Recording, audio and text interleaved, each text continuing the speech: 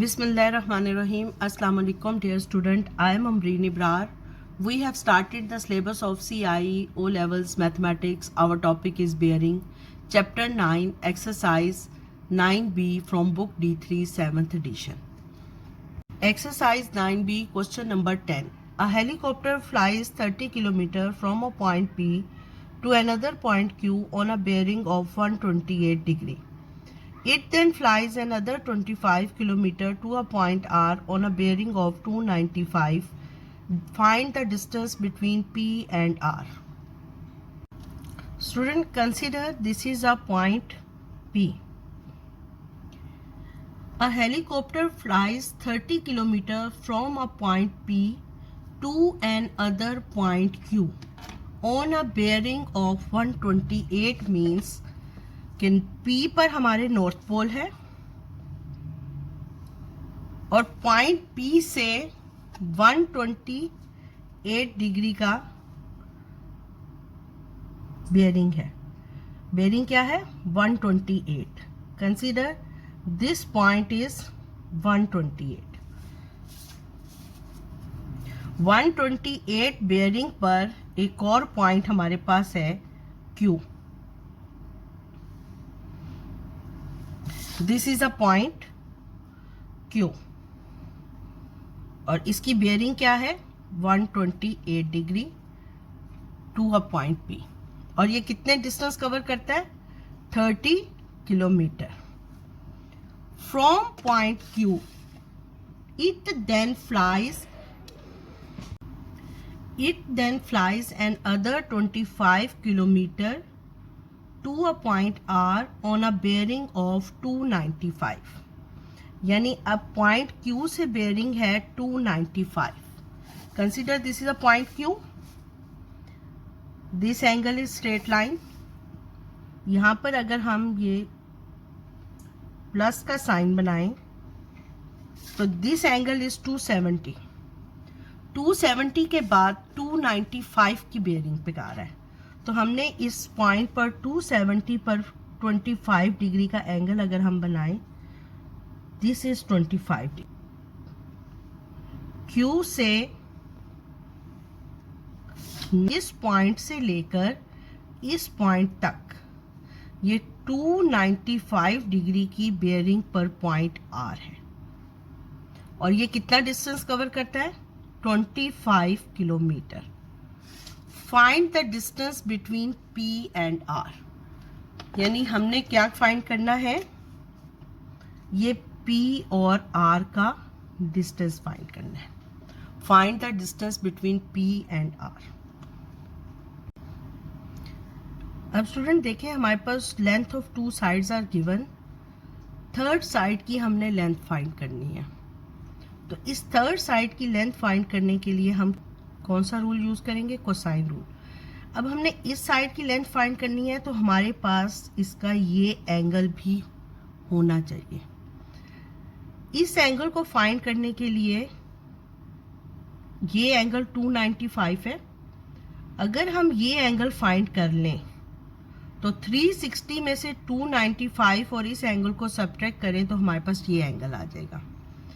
अब आप देखें, ये दो पैरेलल लाइंस है, नॉर्थ पोल.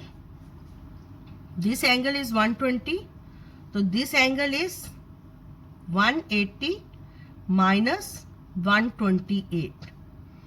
क्या हो जाएगा? Interior angles of parallel line. तो angle PQN is equal to 180 minus 128 is equal to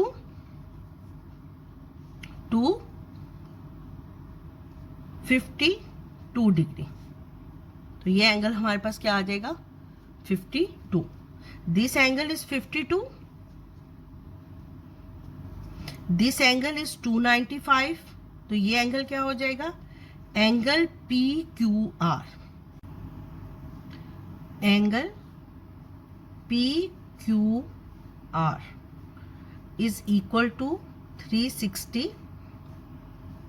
minus 295 minus 52 2 degree is equal to, जब हम इसको सॉल्व करेंगे तो हमारे पास आंसर आएगा 13 डिग्री। तो this angle PQR, this angle is equal to 13 degree.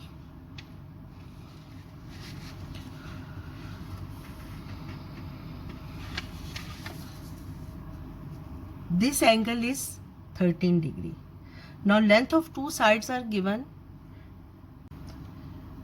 देखिए ट्राइंगल PQR, PQR हमारे पास क्या है, एक ट्राइंगल है जिसकी लेंथ ऑफ 2 साइड्स हमारे पास गिवन है। जिस साइड की हमने लेंथ फाइंड करनी है उसका ऑपोजिट एंगल भी हमने फाइंड कर लिया। PR लेंथ फाइंड करने के लिए हम कोसाइन रूल यूज करेंगे। By using cosine rule,